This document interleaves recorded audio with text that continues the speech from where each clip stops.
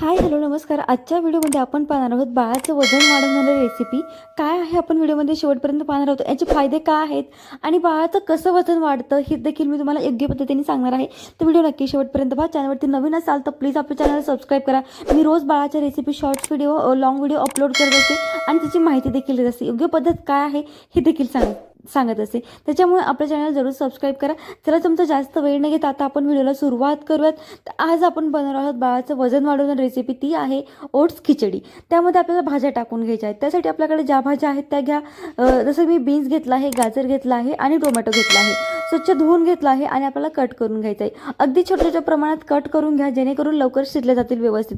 जरी आपण कुकरला जरी लावत असलो तरी पण आपल्याला भाज्या अगदी बारीक प्रमाणात कट करून घ्यायच्या असतात.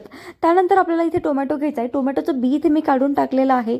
टोमॅटोचं बी का काढून टाकायचं? टोमॅटोचं बी बाळाला ॲसिडिटी करतं, त्याच्यामुळे टोमॅटोचं बी आपल्याला काढून टाकायचं आहे. आणि टोमॅटो अगदी कमी प्रमाणात आपल्याला घ्यायचा आहे. खूप जास्त टोमॅटो घ्यायचा नाही. माझ्याकडे इथे गाजर होतं, बीन्स होतं, टोमॅटो एवढ्या प्रमाणात मी घेतला आहे. आणि त्यानंतर दुधी भोपळा होता, तो देखील मी घेतला आहे. दुधी भोपळ्याच्या बिया काढून टाकल्या आहेत आणि वरचा जो साल असतो तो देखील काढून टाकला आहे आणि मधला भाग जो घेतला आहे. इथे कुकर ठेवला आहे. कुकरमध्ये थोडंसं तूप टाकलं होतं, जिरे टाकले होते जेणेकरून बाळाला चव वाढेल आणि बाळ अगदी आवडीने खाईल. त्यानंतर इथे मी गाजर आणि बीन्स टाकून घेते. छान आपल्याला फ्राय करून घ्यायचं आहे. बघा, ओट्स खिचडी नाही, बाळासाठी चांगले कॅलरीज देतात. ओट्समध्ये नैसर्गिक कॅलरीज जास्त असतात. रोजच्या जेवणात घेतल्यास बाळाला आवश्यक ऊर्जा मिळते आणि वजन वाढीस मदत होते. ओट्स हे कॉम्प्लेक्स कार्बोहायड्रेट्स आहेत. हे हळूहळू ऊर्जा देतात, त्यामुळे बाळाचं शरीर वजन वाढीस योग्यरित्या वापरतं. ओट्समध्ये प्रोटीन असतं जे स्नायू आणि शरीराची वाढ मजबूत करतं. फक्त फॅट नाही तर वजन वाढीस आपल्याला मदत होतं. पचनाला चांगलं होतं. वजन वाढ ओट्स सहज पचतात. ज्यांना पचतं ते वजन वाढीस उपयोगी ठरलं जातं.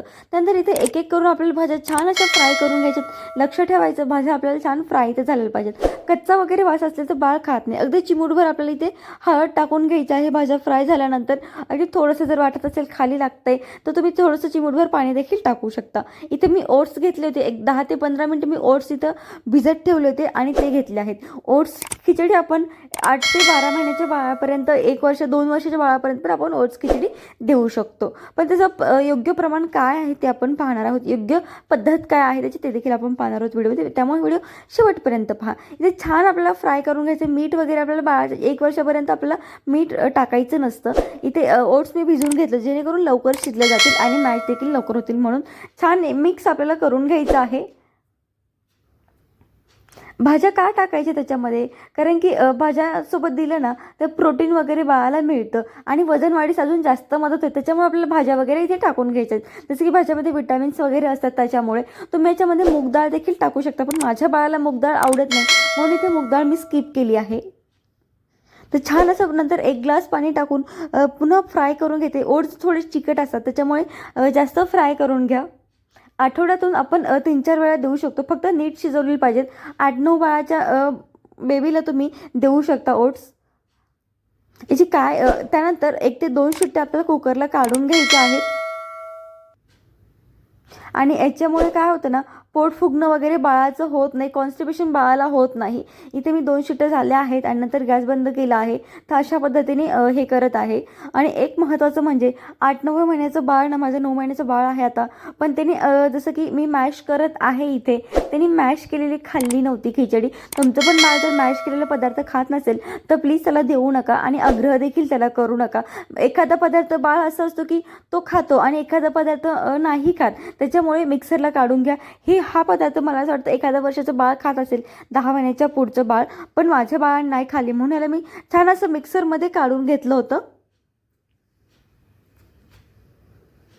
तर पहा, अशा कन्सिस्टन्सी मी त्याला अगोदर दिली पण त्याने खाल्ल्यानंतर मी मिक्सरमधून छान असं काढून घेतलं होतं थोड्याफार प्रमाणामध्ये. आणि बाळाने खरंच हा जो मिक्सरमधून काढला ना मी, तो त्याने खाल्ला होता आणि त्याला आवडला देखील. त्याने पूर्ण संपवला देखील होता.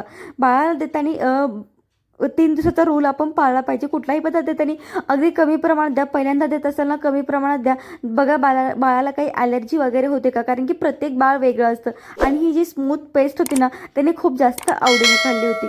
मी रोज असेच व्हिडिओ पोस्ट करत असते. त्याच वेळी मी पोस्ट करते जे माझं बाळ अगदी आवडीने खाते, त्याला वजन वाढीस वगैरे मदत होते, तेच मी तुमच्यासोबत पोस्ट करत असते. आणि रोज आपले व्हिडिओ बेबीचे फूडबद्दल येत असतात. त्याच्यामुळे आपल्या चॅनल जरूर सबस्क्राईब करा. या अगोदर पण मी बरेच व्हिडिओ टाकले आहेत, ते देखील तुम्ही पहा.